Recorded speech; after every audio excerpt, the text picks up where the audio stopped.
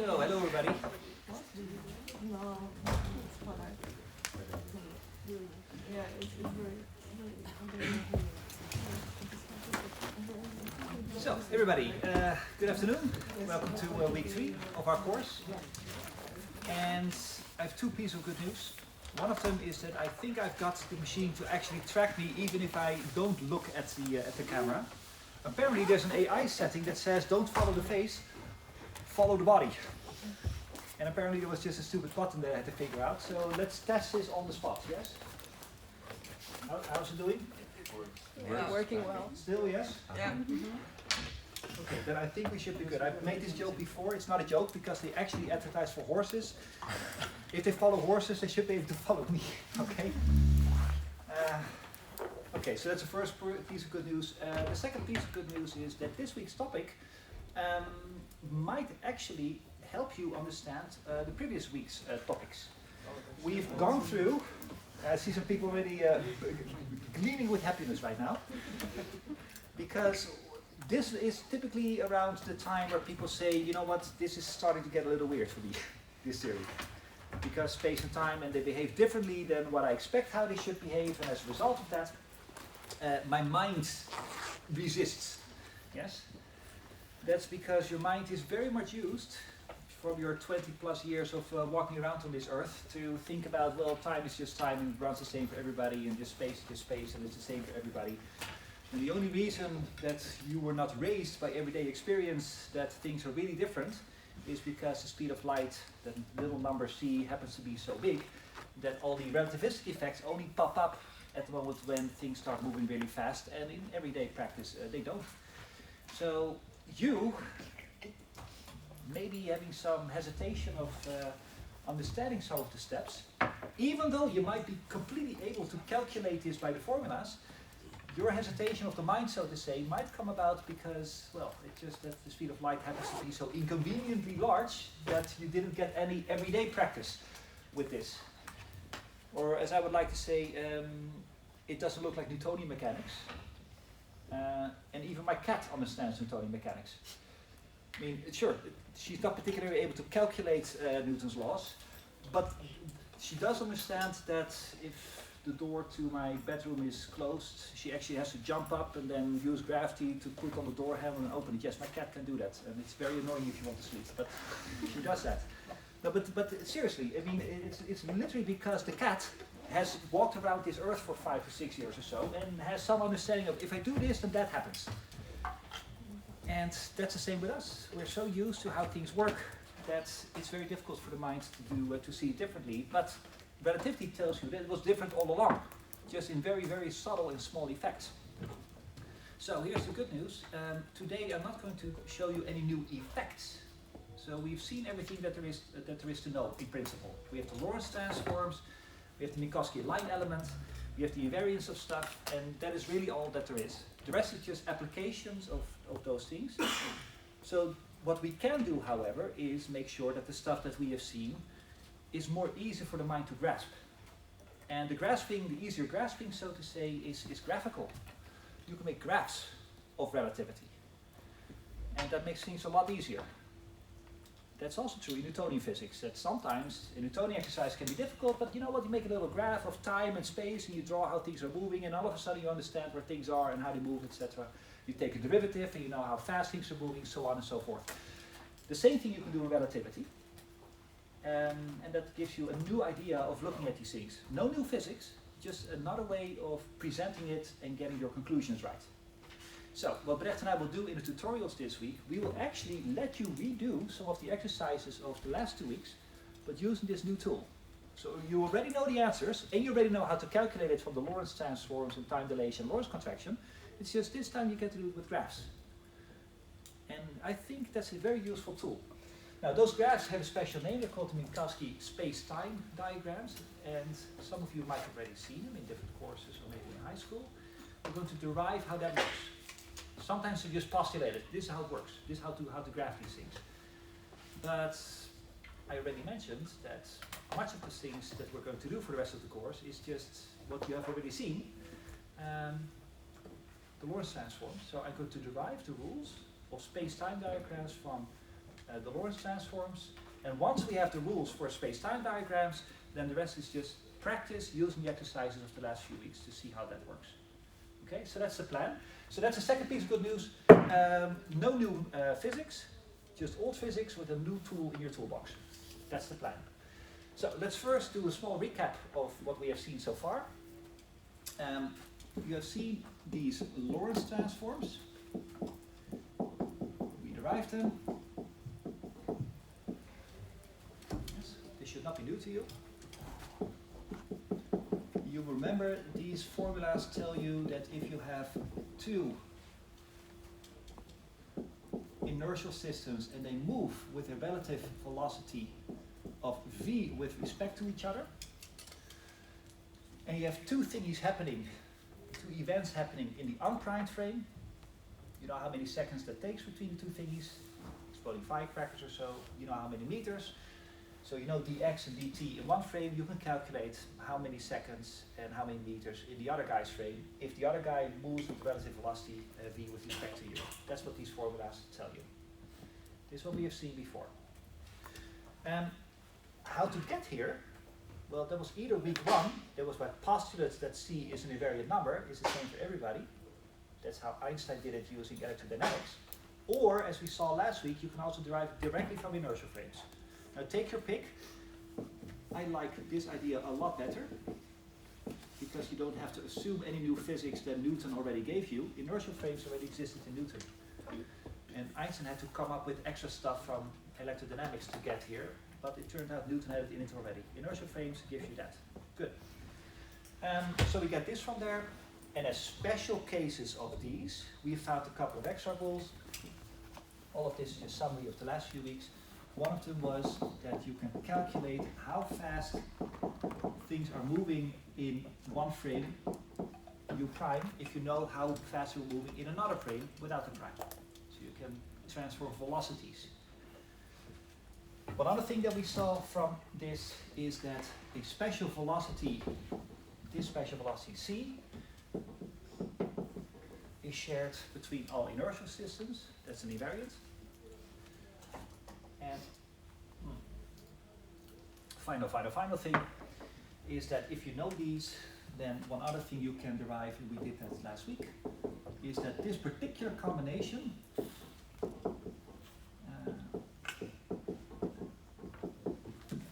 is invariant.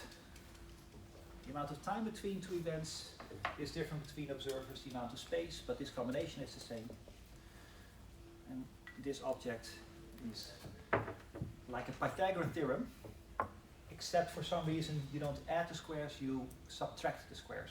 So it's Pythagorean theorem with a slightly different rule. This is how special relativity, all of this and all of that, turns into geometry. But then you can already feel that if the geometry is different, Pythagorean theorem is not adding thingies, but it's subtracting them, then that means the graphs you're going to draw from them are also going to look different. If I draw a triangle on this flat piece of whiteboard, then I'm going to get the normal Pythagorean theorem. This side squared plus that side squared is that side squared. But since in relativity you don't add the squares, you subtract them, that means if I'm going to draw a triangle on this board, then they will not uphold that law. So either the law has to change, I cannot do that because physics is just physics, this is just the way nature works. So I have to change the whiteboard to make the whiteboard such that if I now draw a triangle on my new whiteboard, that this rule is upheld. And I cannot do that. For one thing, whiteboards come from the manufacturer in a flat thingy. So I don't have a choice in that. So we're going to do the next best thing. We're going to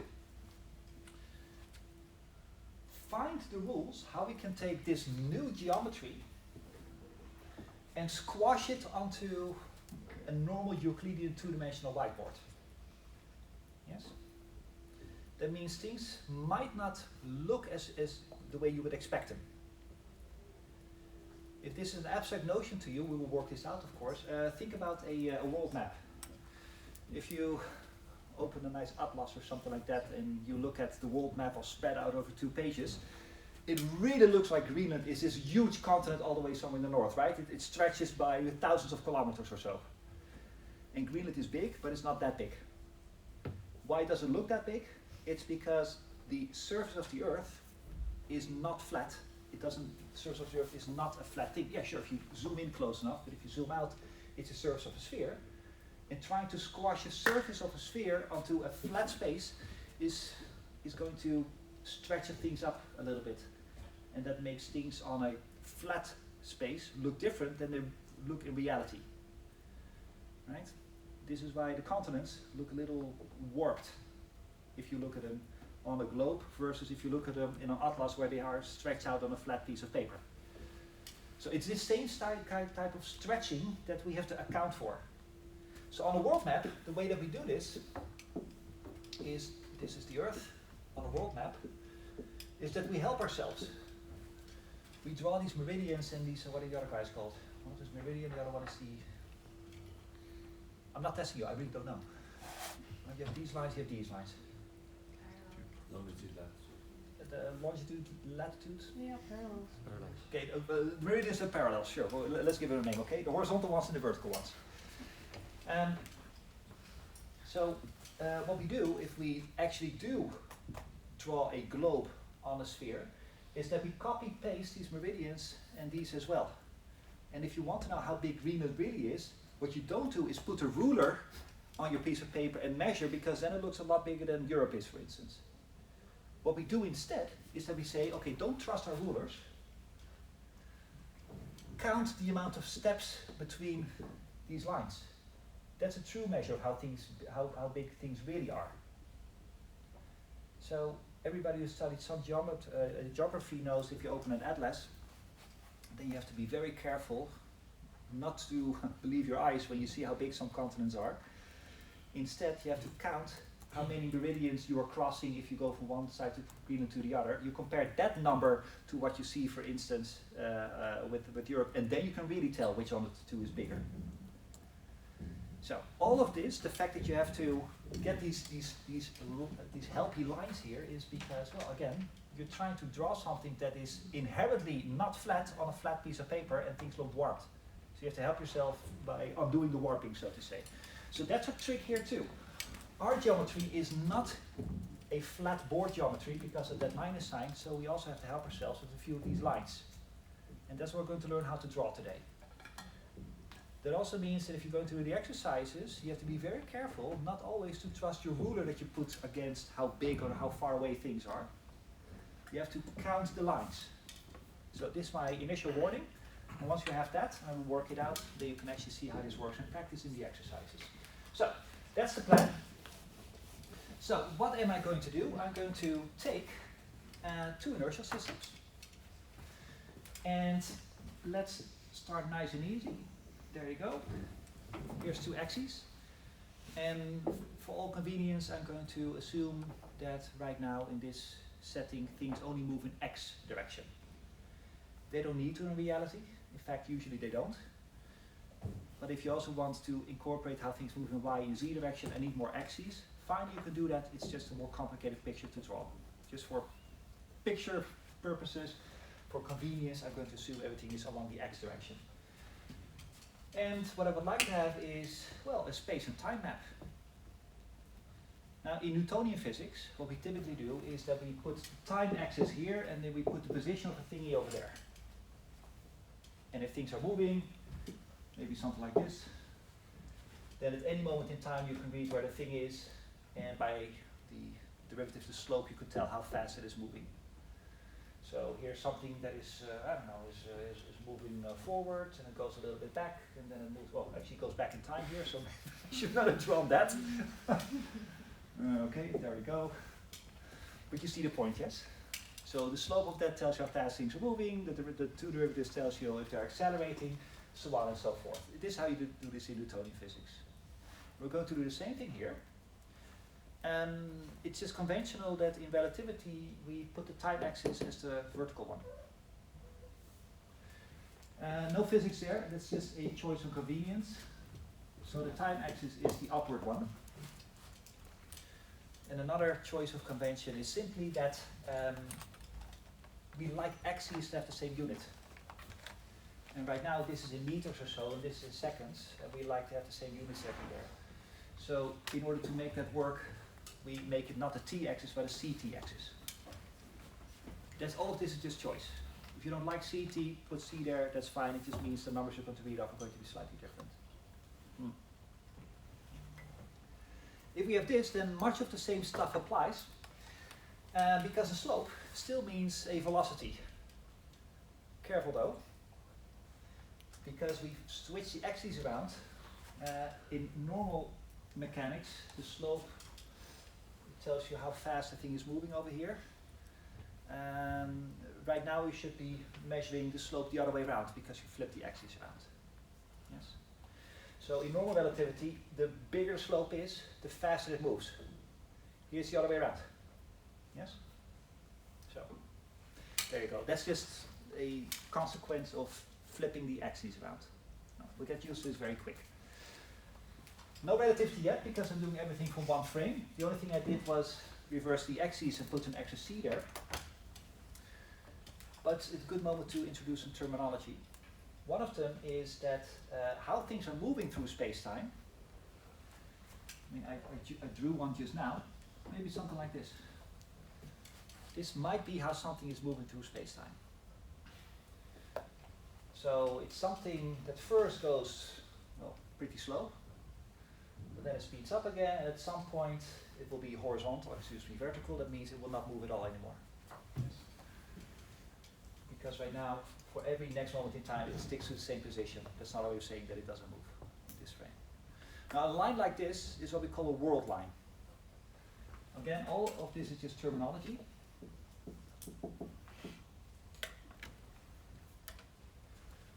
And it's a world line that tells you where things are at any moment in time and space. Does anyone know where the world line of a photon is? Something that goes with the speed of light? It's either 45 so what was it? A straight line. It's a slopey line, yes? Because the speed of light is not standing still, so certainly not this. It's also not something that's frozen in time. There will be an horizontal line that's exactly in the middle. And this is one of the reasons why you put the c over there, because then the speed of light is exactly the 45-degree line. So that's the reason why we like to put the c there as well. Not just that you get the units right, but to make the speed of light something that moves with c exactly the line in the middle. So this is the world line of a photon.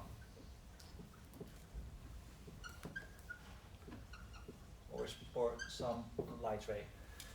Now I haven't drawn the other guy's coordinate system yet, the primed frame, but one thing I already know, all the way from our first couple of weeks, whatever I'm going to have to draw to get the primed frame in this picture, the primed frame should also have that exact same red dot, because the speed of light should be the same for both. So whatever happens, this red line should better look the same for both frames. That's what was found here, or all the way in history there was a postulate of relativity. So we have to make sure that that happens. But the good thing is, the Lorentz transforms already tell us everything we need to know. All special relativity is already in here.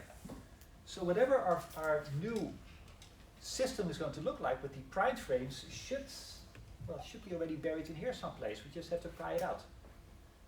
So this is why, again, I'm repeating myself here, but we're not putting anything that we didn't know. I'm just using what we already had and just making it graphical.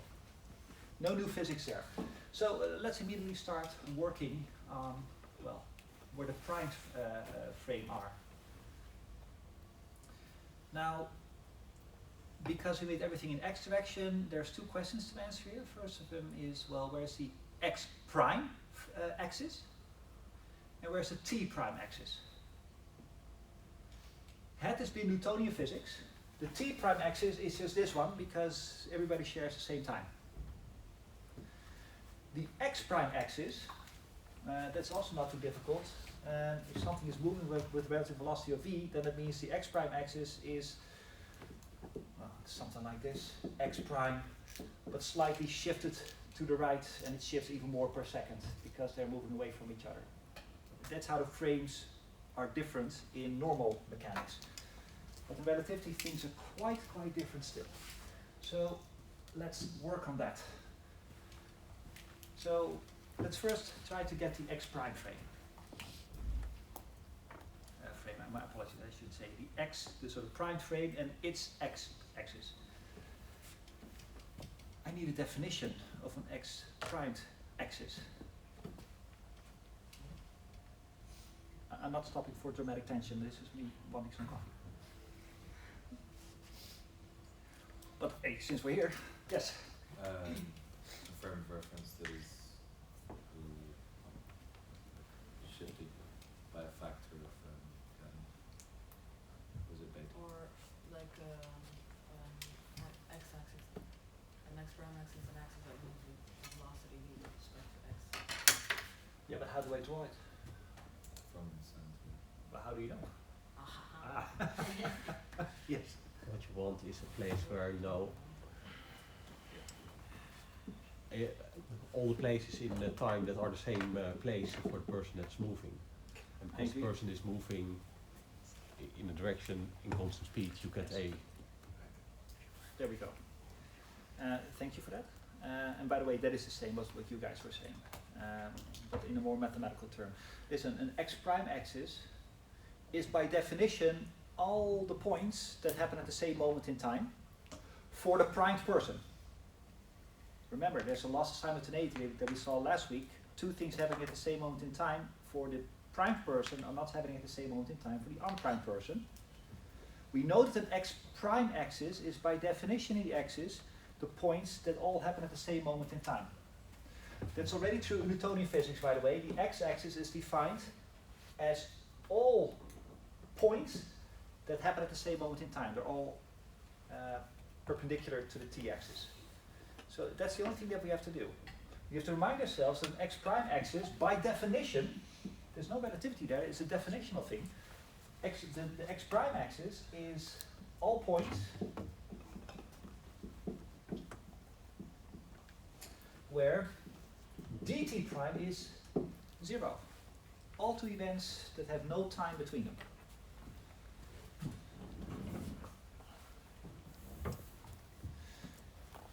In much the same way, the t prime axis is the series of points, the series of events that all happen at the same location for the prime person. So we can do that in the next step. But then we're good to go, I think, because what I would like to do, I would like to have some formula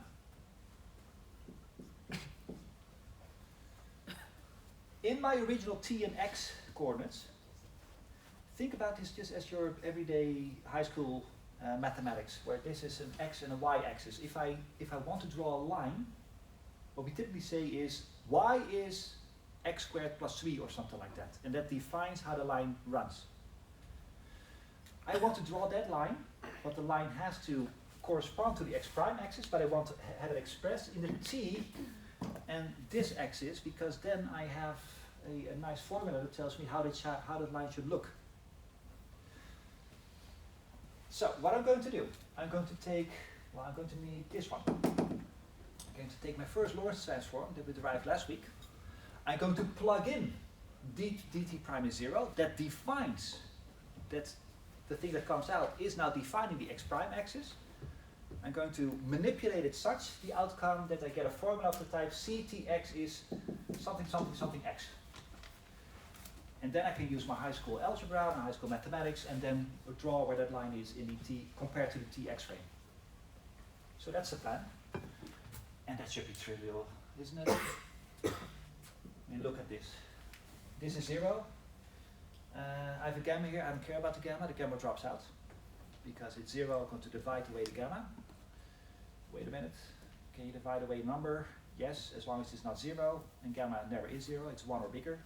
So it means no problems with secretly dividing by 0 or something like that. So I get rid of the gamma.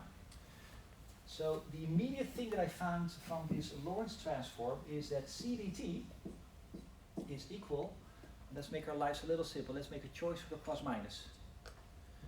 You remember the plus minus is a statement about whether the two frames are moving to the left or to the right from each other, in which direction they are moving. That also means that my outcome of this little exercise is going to give me different x prime axes depending on whether I chose the plus or the minus direction. let's make a definitive choice now, and we can adapt for the other choice later. Let's make it a minus. This means the frames are moving away from each other. Then all of this must be 0. I don't care about the gamma. I've divided it away, so I get c dt equals v over c dx. Okay, that's good. Let's make another choice of convenience. You will remember that dt is the amount of time between two events. But let's take as one of the two events the moment when the two frames coincide. This is just saying that there exists somewhere in space-time a moment where the two frames agree on what time it is and where the position is. Of course, I can also define it such that they're 4 meters apart from each other and then start moving. That's fine, it's just not a convenient choice. So out of convenience, I will choose my first event to be at position 0. Fine. That also means that the difference between those 2 points, dt just becomes a t. Right? dt is one event minus the other event, but the other event is 0. So out of convenience, coinciding the origins of my 2 coordinate frames, the d drops out, and I'm exactly where I want it to be, because what I wanted was some formula that tells me how the y coordinate in unprime system is given by something with an x. That defines a line in this picture. Which line is it? Well, the line where all dt prime is 0, in other words, the x prime axis. Huh.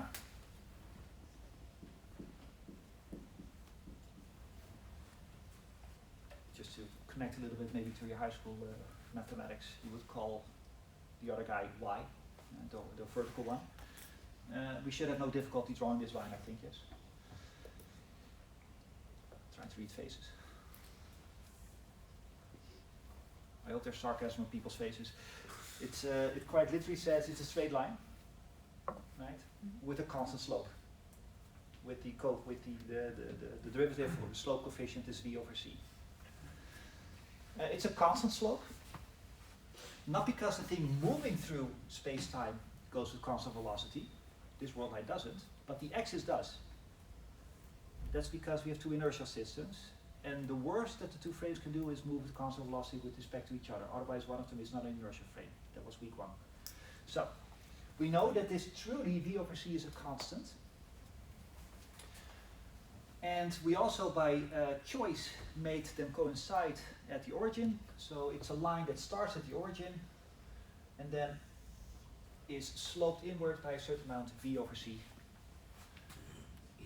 It's the x prime axis. How much it's sloped inward? This, in some school books, is called beta. It's an angle. How much is curved inward? The beta. Well, that depends on what the number v over c is. Yes.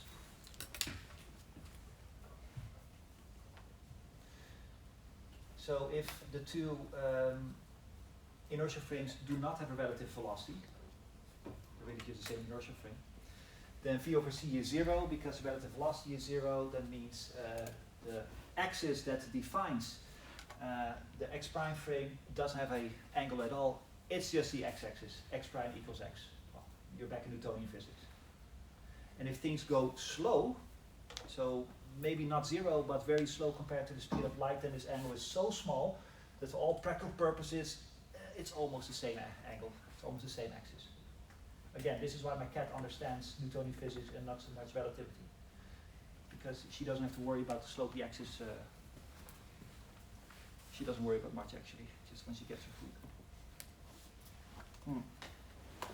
So that's one axis. One other thing is that if we already borrow from next week onward or so, 2 weeks from now, we will formally prove that one cannot go faster than light. We've hinted at it before because the gamma factor, this guy, was given by, well, let's write it out, 1 minus v over c squared square root. And certainly if v is bigger than c, then at least gamma becomes imaginary, and that might be a problem. So that's sort of a hint that nature doesn't like things to go faster than light. And even it doesn't even like things going at the speed of light because gamma becomes infinity. Yes? That's not a formal proof. It might be that the mathematics just gives you something that physically doesn't quite line up. There's a bigger proof to come, but I think in the tutorials last week we did a little bit of that. That we used this exercise and proved that if you go with lower than the speed of light in one frame, then there is no other frame in which you can go faster than light. So there are strong hints here that the speed of light is a barrier that you cannot cross. But the proof, the real formal proof, is still to follow. But let's borrow that that's the case. That means that V over C, this slope, can be at most 1, but not any bigger. So this angle, it's this, it's that, it's that. It might completely coincide with the red line, because that is when they are exactly 1. Cannot get any bigger. You cannot cross this line. The barrier is the speed of light over there. Okay, good. So we have that.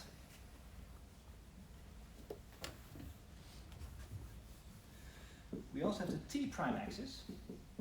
We can be very quick about this. The t prime axis is all the points where dx prime is 0. That's by definition of what we mean by t prime axis.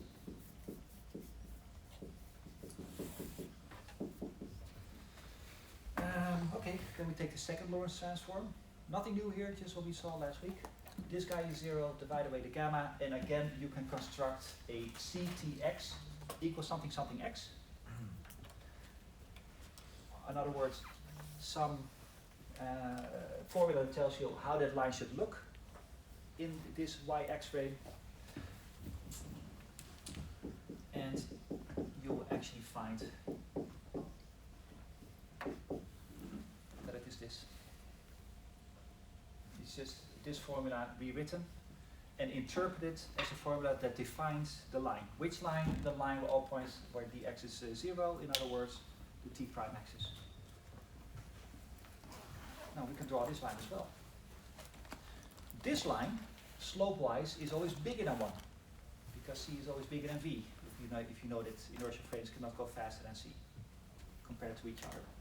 So that means its slope will be above this line or bigger. If that slope is exactly, well, let's not play around with that. I was trying to make an observation. Let's go immediately to the main conclusion.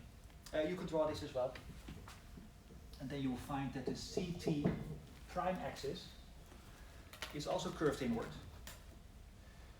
with the exact angle. It's V over C as measured from the x-axis. This is angle beta. You can also measure it from the y-axis. That's going to be C over V.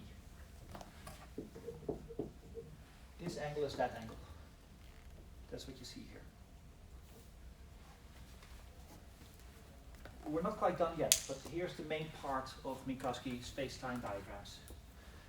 Every time that you go to a different guy's coordinate system, Lorentz transforms, picture-wise, graphics-wise, it tells you that the original axes curve inward. And the amount of curving inward depends on how fast the two frames are moving with respect to each other.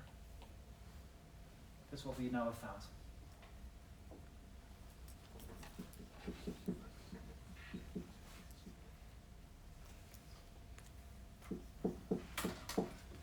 By the way, trigonometry tells you that if you really want the angle in terms of degrees or something like that, you have to take the arctangent of V over C. We never use those angles, but some people like it. Just writing it down for convenience. Nothing new here, eh? It's just I have a triangle here, I can do trigonometry on it, I can measure the angle, and that gives you the angle data. Okay. Okay, well, that's simple. We're not quite done. There's one effect missing, but we have enough on the board here that we can already help try to interpret what we have seen before already. So, let's first learn how to read these diagrams now. Let's take an event. Let's take two events. And again, I'm going to make them exploding firecrackers or so. One explodes here, and another one explodes someplace else. An event in this diagram is just a dot. It happens at some position at some moment in time. So an event is never a world line. A world line is always a series of events. I just mean two things. Let's make one firecracker explode exactly at the origin. And I don't know, let's make the other firecracker explode maybe here.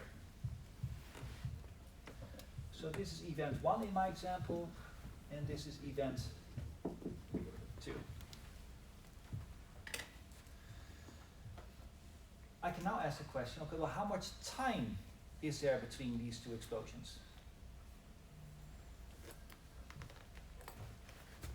Well, it depends on who you ask. That's relativity for you. Right? The amount of time for one, dt, between two events is not the same for two observers, so it depends on, well, which of the two observers do you mean? You know how to calculate this because we have the Lorentz transforms and a time dilation and Lorentz contraction, and take your pick. So algebraically you know how to do this, but let's see how you do this graphically. Well, let's completely ignore the prime frames for a moment. I want to know how much time is there in between the two explosions as seen from the unprimed coordinate system. Then I have to measure when the first event happens, check my watch, that happens at position 0, time is 0. I also have to measure when that event happens as seen by the unprimed observer. So here's your basic physics for you. You have to do a projection. You take this event and you measure where it is on the unprimed time axis. I'm going to use a different color because the pictures might get very messy fast, but I can read off a number here. I project that event onto the unprimed t-axis. There's a number here, I never put a scale, but in real life you would have numbers here that tells you where things happen. And you can read off what the number is and the amount of time in between them. There's a dt. First event happened here in time, and in time the second event happened there. The amount of time in between is what the unprimed person would measure if they measured it. We can also ask, okay, but where did the second explosion happen as seen in the unprimed frame? Well, the first event, the first explosion happened at his feet because I placed the firecracker at that person's origin. I want to know where it happened in the unprimed frame, and again I have to project. But now I project on the location axis, so I project straight downward.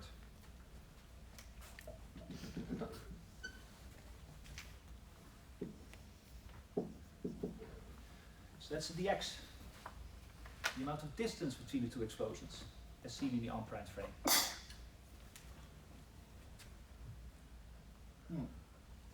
That's easy enough, right?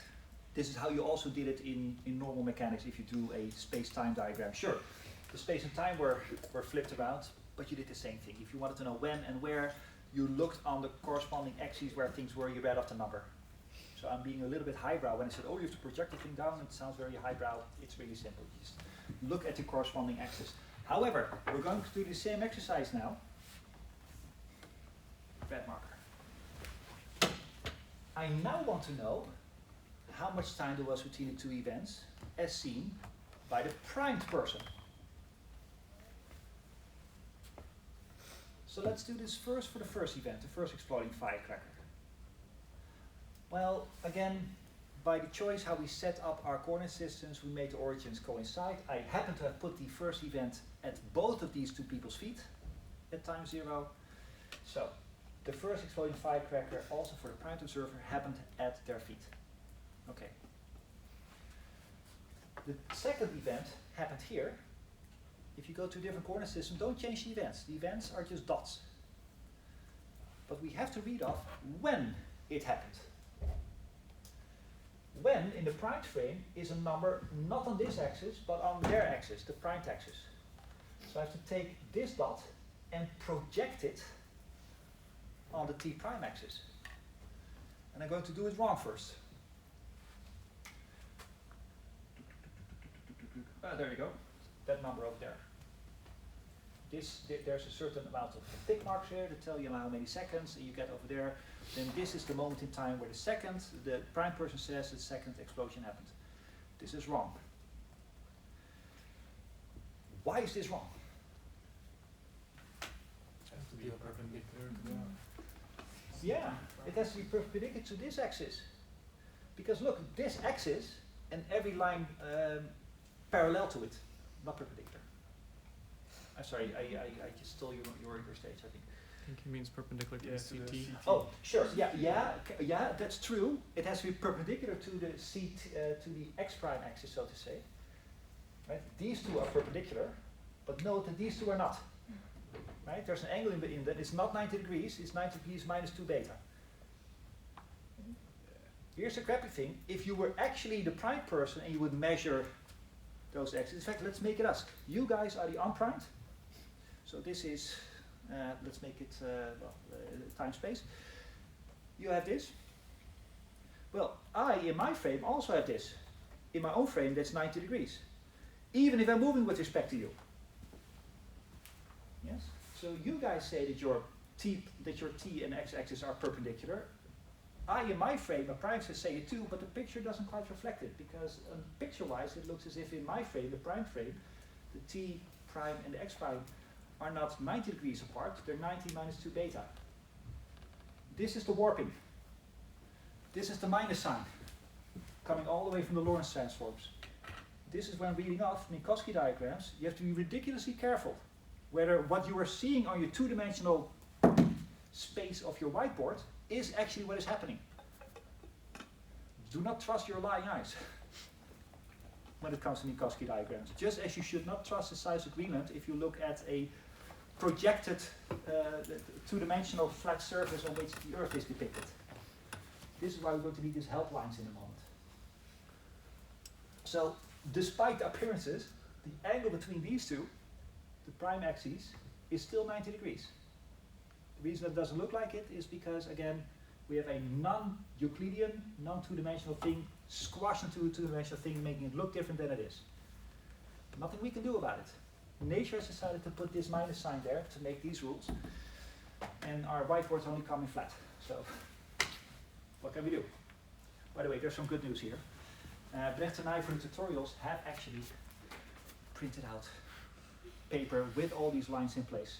Yes, I'm doing this very sloppily now, but there's pre-printed paper where everything is made such that the lines do actually line up, so you can actually see where things are. I'm not very good at drawing, so I'm not doing it here. Anyway, all of this is just a warning sign. Be careful with these things. We'll see a few more of these things in a moment. Okay, back to the question. This event has to be projected indeed on the t prime axis, because I want to know when that second explosion happened. This is not the correct projection. I have to project using a line parallel to the x prime axis. So this was the wrong projection that I drew here. Actually, let's not use red. That I'm already using for the speed of light. Let's see if this blue one works. It does. This is a projection you have to do, parallel to the x prime axis. And then you end up over here. That's the number at what moment in time the second explosion happens as seen from the prime frame.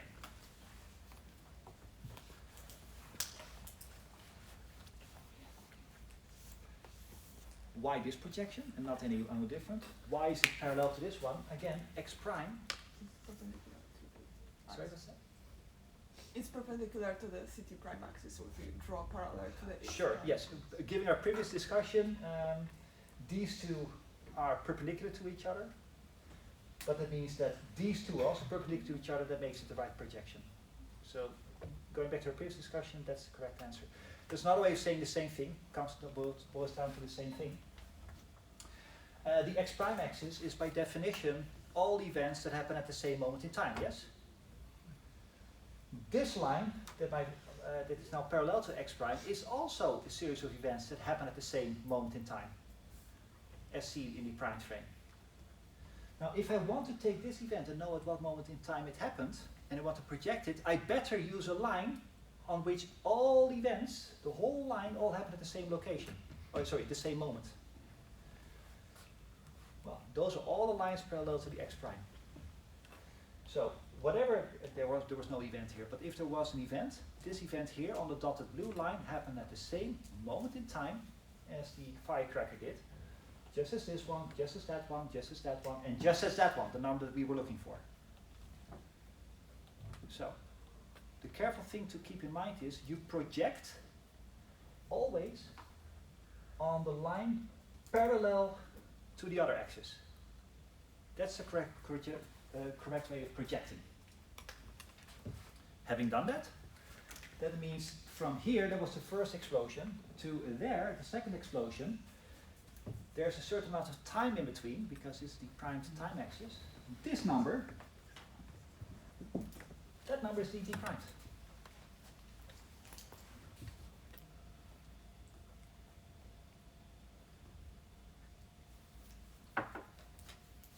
So that's it. This was an exercise in how does one read numbers from Minkowski diagrams. You have to do the projection right. Let's do one more projection. I also want to know where this second explosion happened as seen in the prime frame. Well, then I have to project this event, the explosion, to the x prime frame.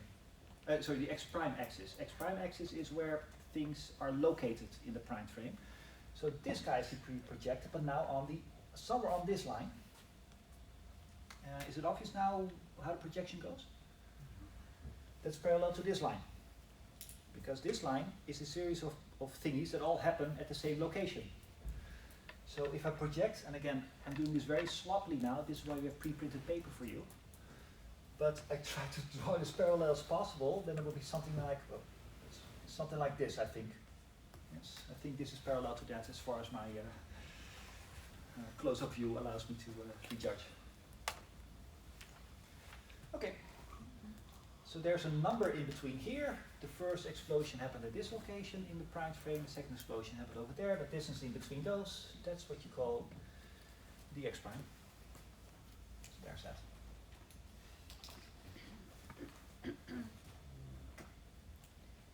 Note that the numbers are not the same.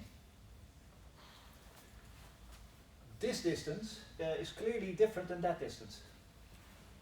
That's your time dilation. The amount of time between two events for one observer is not the same amount as for the other observer. So visually you can now see the time dilation actually on paper. Also, this amount of distance between the two explosions as seen from the primed frame is not the same amount as this distance, the amount of distance between the two explosions from the unprimed frame. Your Lorentz contraction is in there someplace. Yes? That those numbers are not the same. A little bit more than that, because the frames are also moving, so except for Lorentz contraction, there's also the fact that I might be moving towards the explosion. All of that is built into there. Now, there's no numbers on this picture here, so I cannot give you numbers, but I can give you qualitatively how to read this. Nothing in this picture is more than what we already saw. It's just a reformulation of what we had here. But it's extremely useful, especially when you have these pesky exercises where you get confused, well, who measures what by whom, at what moments, and in what circumstances. So here's an extra tool in your toolbox.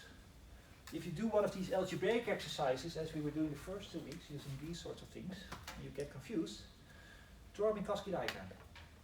Even if you don't have any numbers assigned to it, but it does tell you, okay, this happened first, and that the person happened, and I have to project on that axis, so this is why the number is not the same as the other. By the way, there's a third effect from relativity. There was something about space stretching, there was something about time stretching. Do you remember a third one? Loss of simultaneity? Loss of simultaneity. It's also time effect, yes? Time dilation and these sorts of Lorentz transforms tell you that the amount of time is not the same between two events. Now the normal time dilation simply tells you if the amount of time is 5 seconds, then for the other person it might be 8 seconds or something like that. That's normal time dilation. Loss of simultaneity means that if one of these numbers is 0 for one, it's not 0 for the other. That too we can see. It becomes a very messy picture. So I'm going to draw a new one.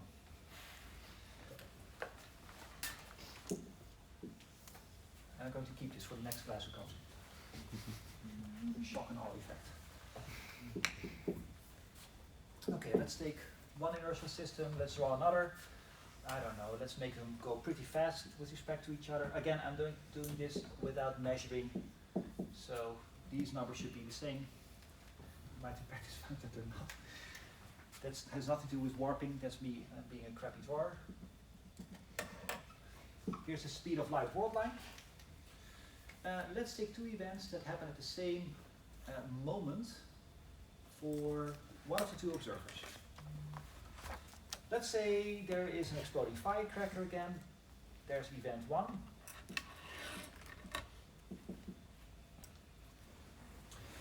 And let's make an exercise such that in the unprimed frame, those second explosion happens at the same moment in time for them. So where do I draw that second event? For the unprimed person, same moment in time. Parallel to X.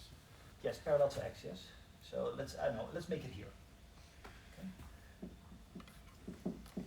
Because indeed, if you project these two events back on the corresponding unprimed time frame, time axis, then they happen at the same moment. The dt is 0. Okay, two explosions happen at the same happen at the same moment in time for one observer. Okay, let's project it now on the t prime axis. Well, projection here, for time I think I use green. So let's be consistent. Okay, you have to x prime, c t prime. What I have to do is I have to project this event onto the t prime, and that I do by doing it parallel to this one. So this event, the first event, parallel, happens over there. Yes. Okay. The other event, same projection, happens over there. The dt here on the t frame was 0. On the dt prime frame, it's not 0. That's your loss of simultaneity. So this effect you can clearly see in this picture as well. Two events happening at the same moment in time in the prime frame, not at the same moment in time in the unprimed frame. So the other way around. Same moment in time in the unprimed, not the same moment in time in the primed. So in this picture you can at a glance already see something like a Lorentz contraction and time dilation, and in this picture you see the loss of simultaneity. Again, this is an extremely handy tool for everything that will follow in the rest of the course. Nothing new, it's just Lorentz transforms made graphic, but extremely handy, especially if you get confused. Draw a picture, makes things much easier. Picture's not complete yet. What we now have is just that the axes rotate inward and how to read them off. There's another effect happening that I haven't drawn yet. I will get there in a moment. We don't have all the tools yet to really properly read off. What I've told you is correct if you don't care too much about the numbers. If you want the numbers, an extra layer comes up. I will show you in a moment. First, let's introduce another notion. At some point in time I had a cap. It wasn't a relativity joke. I really do mean that I had a cap for this scene. Alright, let's see how far I get without it losing ink because of air. If somebody sees it, bonus point on accept. That was a joke. I'm going to focus on this speed of light line that you see here. The speed of light line, this is a photon that happens to be moving in the positive x direction. So if I'm standing over here and shoot a laser beam in that direction, that happens to be my plus x direction, I could have also shot a photon into the minus y direction. It will still go with the speed of light, just the other way. That means that its line will move in the negative x direction, but with the same slope. So there's also a 45-degree line to the other side, the world line of the photon going in the other way. It's not particularly well drawn, but this angle is the same on both sides. Okay, now. Again, borrowing from what we saw last week and what we will see, that one cannot go faster than light, to be formally proven, but let's assume it already. That also means that if you find yourself here in the inside of the two red lines, there's no way you can make yourself go outside of it. Because that means if you're standing over here, you want to go outside, you must have moved faster than light. If you're over here, let's suppose that one of my events is me standing here, some guy's frame, and I want to end up at the other side of the barrier, so to say, at the speed of light line, then I have to move. I have to start moving. Now, what is moving? It means, well, first of all, I go forward in time, and I move in some direction in space. Now, if I want to cross this C line, I have to move something like this. This is me going with constant velocity in the minus x direction. This is a not so fast velocity, this is very slow, and this is standing still. If I want to get to the other side of this line, then the slope has to be lower than the slope of the red line. Yes? But that's impossible, because again, borrowing from later, if you have mass, you cannot go faster than light. There's no way that I can move such that starting here, my slope is such that I cross the line and end up with the other side. Again, we haven't formally proven it yet, that you cannot go faster than light, but if that is true, then there's no way for this guy, starting here, to end up with the other side of the red line.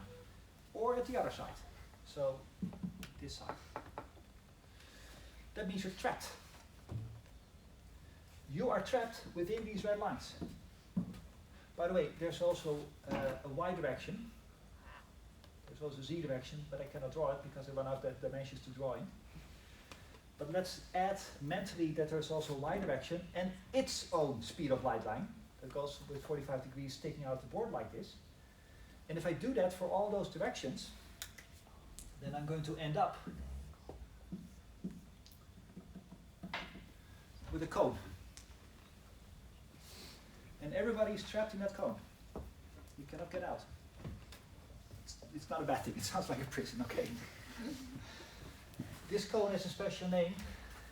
It's called the light cone because you're trapped by light. I'm not saying if you move and at some point you will run against a wall of light and then you get kicked back or something like that. It simply means that if you want to escape the cone, you must go faster than light. And for reasons to follow, that's impossible. That means you're always trapped in this cone. To me, as a physicist who wants to know a little bit about the universe, that's crappy. Because this part of the universe still exists. There is stuff happening here. I just cannot see it, I cannot access it. I cannot go there to check it, that's one. But also, if some firecracker explodes here, and it wants to go to me, its information travel has to cross the barrier from the other side, which is also impossible. So that means, me being trapped, and every one of us is trapped in our light cones, means that there's huge parts of the universe that simply cannot be accessed. Well, that sucks. Because I would like to see what happens there too. So, for the people who are now following the particle physics course, you might hear Marcel or Kiri or Jakub talk about the light cone every now and then, because in their particle physics world they run into the same issue. By the way, I'm not saying that this cannot be seen by anyone, just not by the person here. If somebody happens to already be outside the light cone, they can still access it. So if there's a person who happens to be standing over there, sure, they are at the right side of the cone, so to say. Yeah, but here's the crappy thing. They have their own light cone. So they are trapped in their cone. So hopefully sometimes cones overlap. Then you can learn a little bit about the unseen universe. This is very abstract. Just think of it like this. There are parts of the universe that are so far away that nothing, including light itself, has the time to traverse it to reach your eye or your apparatus. That's what this says. Nature itself, or the Lorentz transforms, conspires against you not to see that point. So, it's the light cone, Minkowski light cone. Okay, just wanted to throw it out there. Okay, we have some time left. Yeah, depressing note. Sorry, here's a small tangent, but the universe itself has another one of these codes, having to do with the expansion of the universe. Right, the expansion of the universe is happening, and the further out, the bigger the expansion is, because every meter expands. So 2 meters expands just twice as fast, because every meter stretches out, but it means 5 meters away has 5 times the stretching in the same second, so that's fastest stretching. And 10 meters away means 10 times the stretching per second. At some point you have a distance so far away that it stretches more, that part from you, than the speed of light. That's not an issue. Massive things cannot go faster than light. The universe, space-time itself, is not one of these things under that consideration. So the stretching of the universe faster than light is perfectly fine. But it does mean if I have something over there stretching out because of the universe, and it sends light this way, the universe stretches out faster than the light has time to traverse it. That means that the universe also has a sort of light cone around it, but not because of the Minkowski structure, but because of the expansion of the universe. So there's another thing we can never see that is invisible to us. Yeah, it sucks to be us. By the way, for the people who want to look it up, or we're going to follow Lorenzo's course, this is called the edge of the observable universe. Key word being observable. Not the edge of the universe, but the part that can be seen because of the expansion. Okay. So far the light cone. I mentioned that there's another effect that we have to take into account that I haven't shown you yet. And I think I can best motivate it simply by example. Let's draw one more picture. And let's take another guy's inertial system. Some angle, same angle. Let's put the speed of light there. A world line of light. I'm going to look at Lorentz contraction. In this picture we can already see that the one dx is not the same as the other dx, that distances are different. Fine, all good. But I now want to check at pure Lorentz contraction. The fact that this distance is not that distance is part relativity, but also part just mechanics. Remember, these were exploding firecrackers. One of them was at my feet, and the other one was over there. And if I walk happily in my coordinate system across those two explosions, this one explodes. Okay, that happens at my feet. That was this event. The second explosion at some point happens, but in that intermittent time, I've walked towards it.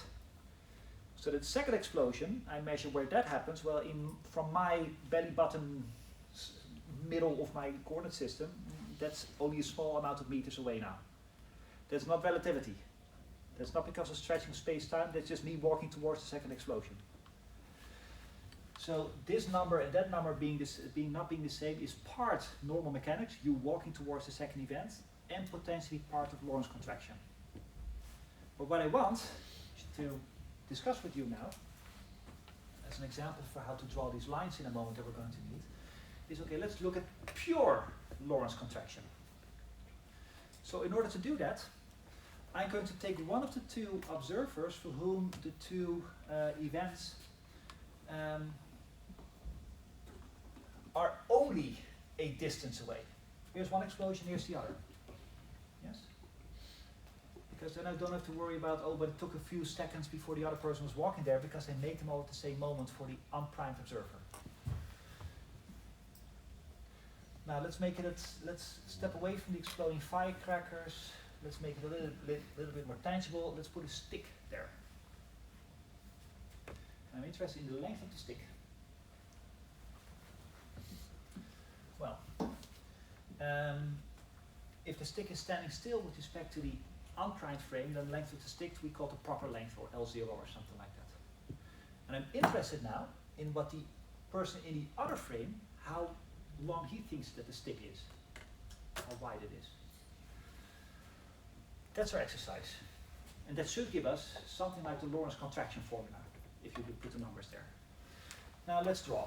First of all, the first thing that we have to do is we have to draw the world line of the two ends of the stick.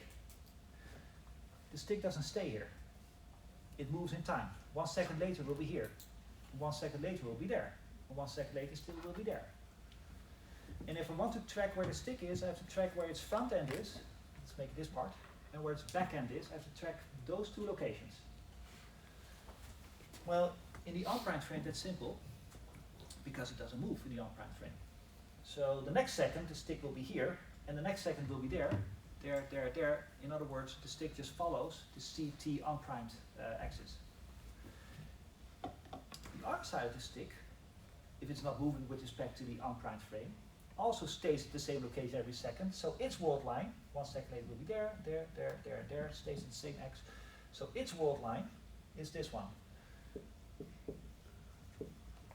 World line of, I call this the back end.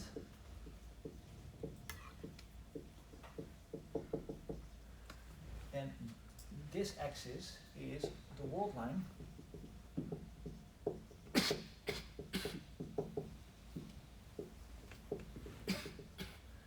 this too. Okay? I haven't done the exercise yet. I simply put in the information that I have that the stick is not moving with respect to the unprimed frame. So I now have the stick at any moment in time. Okay. What's this event? I drew a dot there. Dot means event. What does it physically constitute?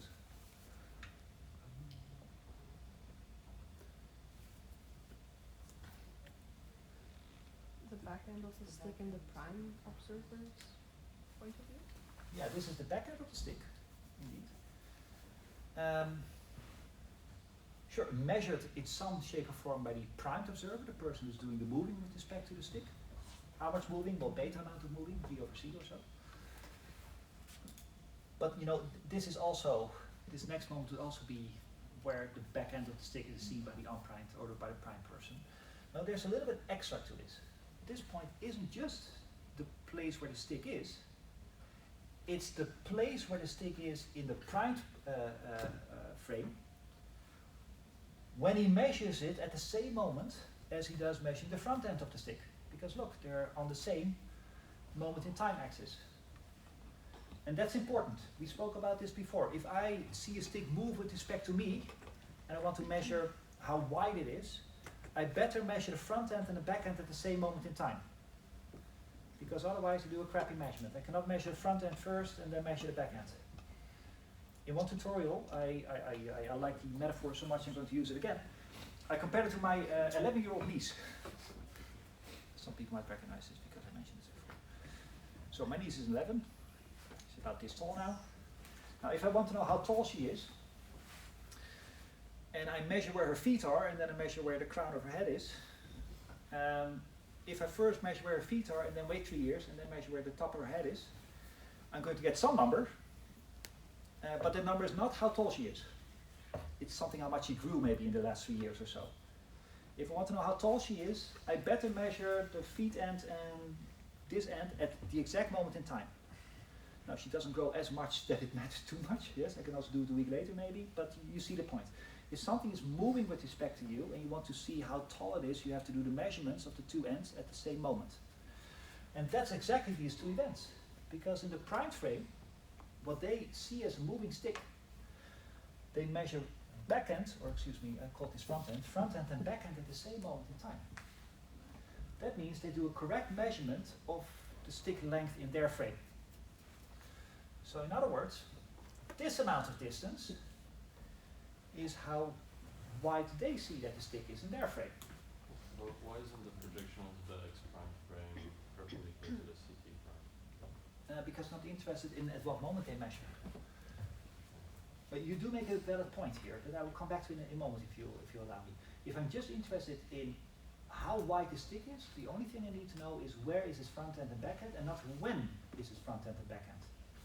And projecting on the T frame is exactly that. This is a distance in the primed frame. That's what I need to know. I will come back to your comment because there is a loss of simultaneity thingy there. In fact, let's do it now, and then I'll return to the main story. So, these two events are the primed people measuring the two ends of the stick. And they say we measure the front end and the back end of the stick at the same moment in time. Yes? We do a correct measurement in the primed frame. And then we get some number, we call it L, and we have the length of the stick as we see it. Now we go back to the unprimed people. They see us measure the length of their stick. And they say, hey, your second measurement, project, this is your projection ruler. They say, hey, people, we saw you measure the one end of the stick. Then in our frame, the unprimed frame, we see that then you waited a certain amount of seconds before you measured the other part of the stick. So we measured in the primed frame the front and the back at the same moment. But the unprimed people say, no. You measured first, then waited, and then you measured the other end. So there's a loss of simultaneity there. Some people, if they squint a little, might recognize exercise 4.7 in there. Something about the spaceship going from the sun to a star, and exercise A and C gave different numbers. That's what you have here. Bert and I will do this with you in the tutorial. We're going to do 4.7 again, using the diagrams. But could not help myself but already foreshadow a little bit. Okay, right now I'm not interested in time measurement, except that I want, for correct measurement, that the prime people measure the length of the stick at the same moment in time, because otherwise they simply do a crappy measurement. Okay, good. So, you can see the Lorentz contraction now. In its own rest frame, the frame in which the wall lines of the front end and back end are just vertical, that's stationary stick with respect to the unprimed frame. The length is L0, some number. In the other frame, it's L. And if I read out, I get this. And because this is a triangle, right? And the triangle has a longer hypotenuse than it has one of the sides. So, yeah, the people who see the stick move see a bigger stick than the people who are stationary with respect to the stick. See people nodding. People shaking their heads, yes? So, let's say that I know the length of the stick in the unprimed frame. Yes. So, like knowing relativity, I know that it will be different in the primed frame, but like you draw a dot on the primed frame, but like you somehow have to know the length of it in the primed frame as well, because otherwise how can you like project just the length without projecting the time? Like I just don't understand how you projected just the length of the stick for the unprimed, for the primed frame. I'm not quite sure I understand your question. So how did you know to put the dot Here? for the primed frame there and not, for example, a bit lower on Or the higher? primed axis? Can somebody answer the question? It's a good question. I really love this to be answered. Is the one person volunteering? So if I can paraphrase the question, to get on my graph a representation of the length L of the stick as seen in the primed frame, I drew the dot over here. And I think your question is, well, why did you draw it over there and not there, or maybe there? Well, I know that it has to be on the same moment in time, so it has to be Yes. on the line, but I just don't know why there and not, for example, more to the right on the line. More on the right. Ah, okay. So something like this? Yeah, for example. Okay, can somebody answer? Okay, I thought your original question was why did it draw it vertically at this position and not higher or lower? No, But I think you know answered that it it has to be in the same moment in Exactly, time. that's because it has to be the same amount in time. But your question, I think, is, well, why is it on this and not over there or not Yes, over there? fine. Does anyone know? Max? If you were to connect the dot from the bottom one to the new dot you just drew, that would not be parallel with the unprimed time, and that would mean that you're not thinking about the dot in the same, that there would be different times. To be parallel with unprimed time is to be in the same reference frame as that. So I lost myself. What I'm trying to say that if you were to draw a line between those two dots, Like this? yeah, that line is not in any. It's not in either unprimed or primed. It's.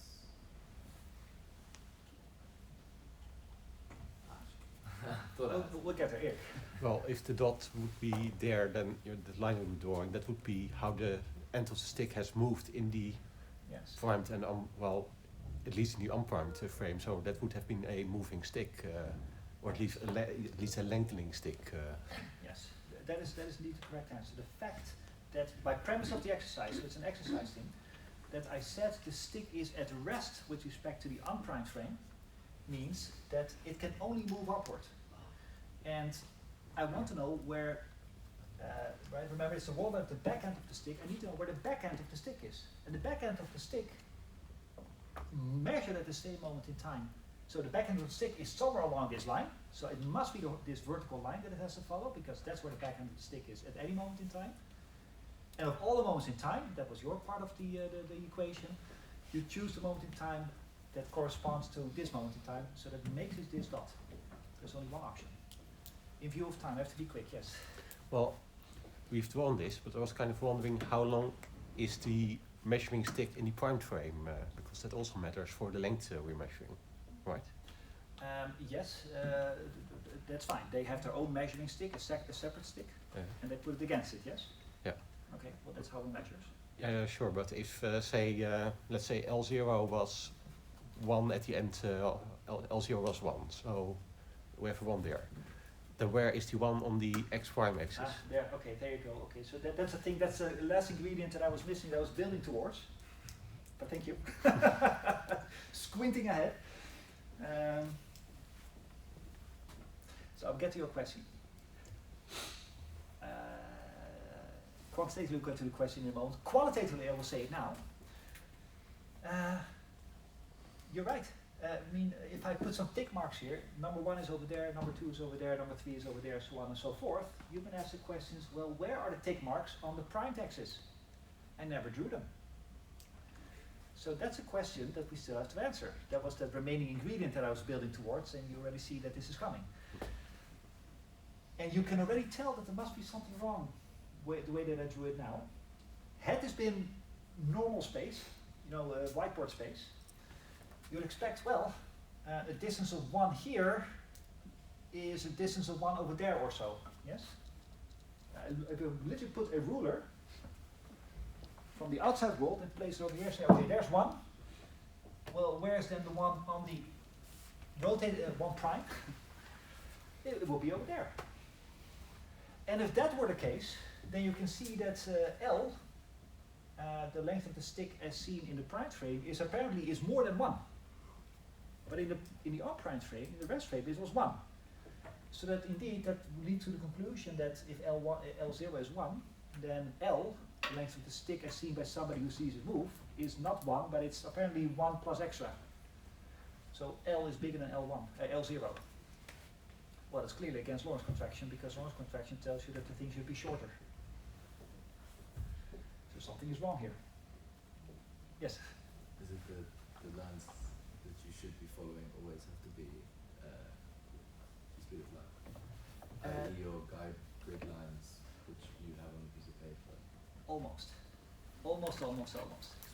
This is the part where that remaining effect is there. We've looked at the inward moving of the axes, but the axes do something else as well. They stretch out. I haven't shown you yet. I will in a second. We have a few minutes left. That's enough to do it in. 1 prime is not here. It's out there. I will show you this in a moment. So this was, I think, what you meant, that the prime people, they have their own measuring stick, but that guy is stretched out. Well, not physically the stick is stretching out, but if you draw it in a diagram, it will be stretched out. Again, if you would trust your lying eyes and would draw this picture using, I don't know, some external ruler, you would think that 1 prime is over here, but 1 prime is not over there, it's over there. That is, again, the idea that Greenland stretches out if you want to squash it onto a 2-dimensional surface. Same effect happening here. Different reason. The globe is a sphere. That's because, so that's stretching, it's the one that you see over there. Here it's because of, all the way back to this one. Pythagorean theorem doesn't work anymore. So if you want to make it work on a flat piece of paper, something has got to give. And what gets to give is where the tick marks are. So I will immediately draw the tick mark line. Max, this is close to your question, I think. Actually, I overdid it a little. It's probably around here-ish or so. I will show you in a moment that the tick mark is here because I can draw a line that connects tick marks. The one tick mark on this axis, and if I were to draw an x prime axis, it goes faster still, where its number 1 is. And that line that connects all the tick marks of all the potential other inertial frames itself comes with a formula. I will derive it in a moment, again from the Lorentz transforms, but if you have it, you will find that that line goes like this. It moves towards the speed of light line. And not just for point 1, but also for point 2. It moves towards the speed of light line without ever crossing it, meaning that the number 2, if you believe your lying eyes, it will be over here, 2 prime. No, it also is stretched out all the way over there. So here is where 2 prime is. And you can do this for all of them. The same with time. From the other side, you can also check where the tick marks are for 1 second, 2 seconds, 3 seconds, 4 seconds for all the next inertial systems. And it too will be these lines that all try to move towards it, the speed of light. So, going back to, well, I wasn't planning on this, I'm going to stick to my Greenland example. If you want to know how wide Greenland is, what you don't do is put a ruler on your atlas, because that gives you the impression Greenland is huge. What you do, remember that we spoke about the meridians and the other guys that I always forget? Yes, the parallels, thank you. What you do is you count how many tick marks are there from one end of Greenland to the other. That number is how big Greenland is. So it's not your ruler, that's your warped idea. It's the amount of tick marks. That tells you how big things really are.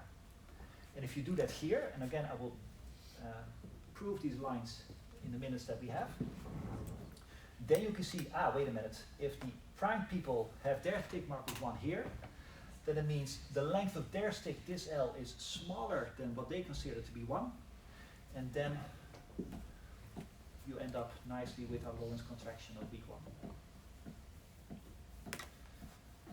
Again, this is very qualitative because I cannot draw very well, but what Brecht and I will give you, and I will upload these on Canvas as well, is pre-printed paper where all these lines are drawn for you beforehand. There's an actual company that does that for universities. They print Minkowski spacetime paper. If you just want to get a qualitative idea, then drawing a picture is usually good enough. If you want to get numbers where you can actually see, oh, this is 5 and that's about 4.5, then you have to have this very specialized paper where this is built into the printing process, so to say. Okay?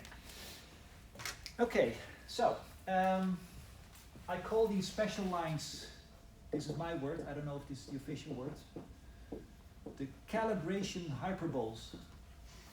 Calibration because again it tells you what the lengths really are. How you should calibrate your lying eyes to what reality tells you. And it's a hyperbole because the mathematics is the mathematical shape of a hyperbole.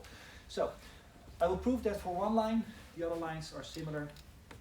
Let's do it right now. Again, I've used nothing but the Lorentz transforms. I will use nothing more than Lorentz transforms to get the hyperboles, the calibration hyperboles. Okay, so how to do this? Well, I can use these, but I find that it's a little easier to use the Minkowski line element. This one. They're equivalent. We proved this in the tutorials last week. If you have these, then this follows. So I'm not adding anything new. I'm just using this in the other mathematical guys. So here's where I'm going to derive the calibration hyperboles. Let's indeed go with the example, where is tick mark 1 prime? So the distance from the origin to where 1 prime is. Those are my 2 events. One event is the location of the origin of the coordinate system. The other event is where 1 prime is. And Yeah, I want to know. It's on the x-axis, yes. So what is dx prime? If I'm looking for that number, where that tick mark is, what number should I plug in for dx prime? Should be easy.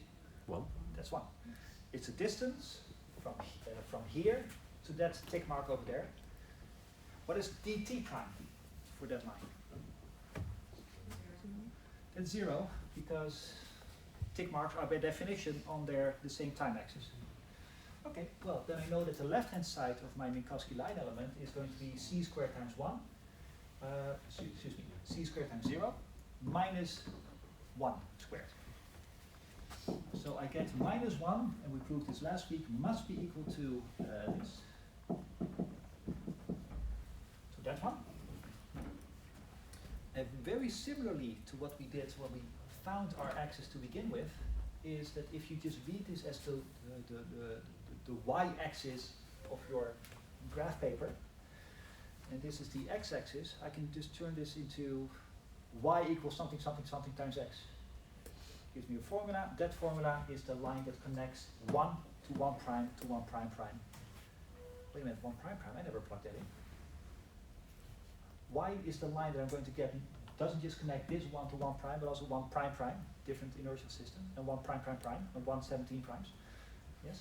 The Minkowski line element is true for all of the inertial constraints, so we can add as many prime parts as. That is absolutely correct.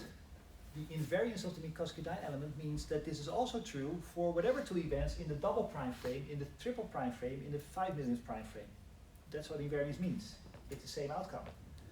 So if I know how to, if this line that I'm now going to get is going to connect 1 to 1 prime, give me the tick mark of 1 prime, it will also give you the tick mark of 1 prime prime, or 1 prime prime prime, so on and so forth. So it's the invariance of the Minkowski line elements that we are now using. Well, let's write it out.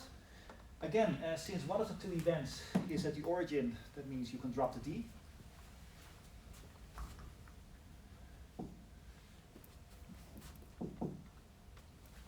Some hard math going on over here. X squared minus 1 square root.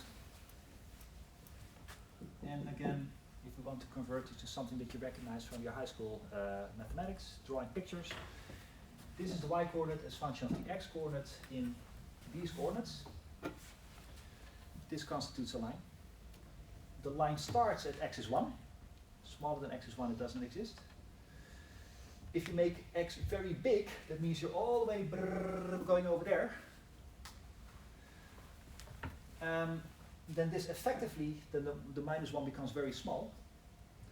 So if you go very far along the x direction, then this becomes to a very good approximation this, better known as x. So you're going to get that CT equals x, which is a 45-degree line. That's what I wrote down here, that these calibration hyperboles, they start going upward, but they creep towards the speed of light line as x becomes bigger, but never crossing it. So again, it's a barrier. Now this shape that we have now found, that's that shape. You can do the same exercise if you want to know where the tick marks for number 2 are. It becomes 4 because of the square. You can do this for every tick mark, and if you do this, you get all these nice calibration hyperboles, and it gives you this beautiful structure. So, when do you need the calibration hyperboles? Not if you want to just have a qualitative idea of where things are, but if you want to get numbers out, don't use your rulers, don't trust your lying eyes. Count the tick marks. Those are real numbers. The numbers that how big and small things really are. Now, if you do that correctly, then you can do all the exercises that we've seen in the last few weeks. So, long story short, nothing new, just Minkowski, Lorentz transforms, made graphic with all the rules in place. So Brecht and I in the tutorials today will redo some of the exercises of the last few weeks that you did algebraically using these, by Minkowski, to get used to it. And then for Friday there are some more advanced exercises coming from later chapters in the book. All of this to get you used to Minkowski. See this as a new tool. A useful tool. Does somebody have my cap? Maybe you put it in the thing. Yes. Okay, 5 bonus points. And I think track me the whole exercise. That's great. Good. I mean that you're even blocked.